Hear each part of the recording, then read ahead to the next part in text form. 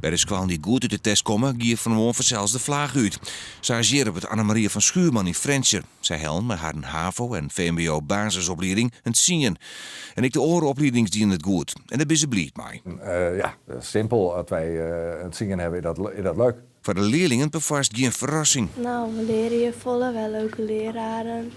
Vooral dat de leraren zoveel achter je broek aan zitten, zeg maar. Je komt er nergens echt mee weg. Leuke leerlingen, leuke leraren. En er binnen dus nog zo'n Friese squalen die het zo goed scoren. Dat betekent wel net automatisch dat de goed scorende squalen wies binnen, maar dit onderzoek. We leven in een tijd dat alles cijfermatig benaderd wordt.